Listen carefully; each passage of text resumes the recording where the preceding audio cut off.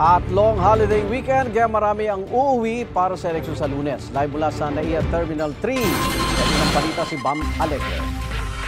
Bam?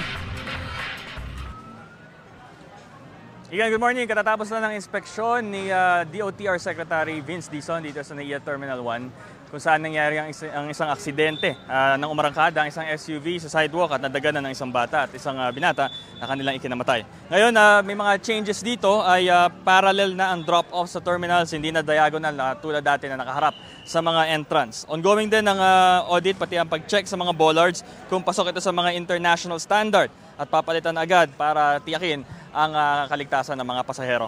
Papalitan din ng electronic gates naman ang immigration. Ito ang long-term na plano. Ito ay target na isagawa sa Christmas time para sa mga OFW. Priority nito ay mga Filipino passengers, both arrival and departure.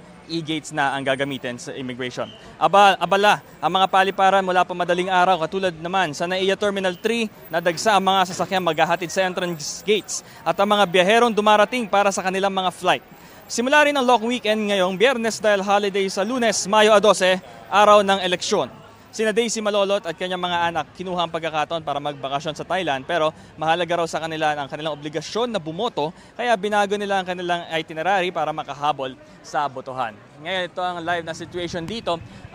Meron pa rin shrine dito sa likuran natin na may mga bulaklak at kumbaga commemorating itong nangyaring aksidente rito at sa mga oras na ito ay marami pa rin ang mga pasahero dito sa NAIA Terminal 1. Ito ang unang balita, Bam Alegre para sa GMA Integrated News. Igan, mauna ka sa mga balita, mag-subscribe na sa GMA Integrated News sa YouTube para sa iba't ibang ulat sa ating bansa.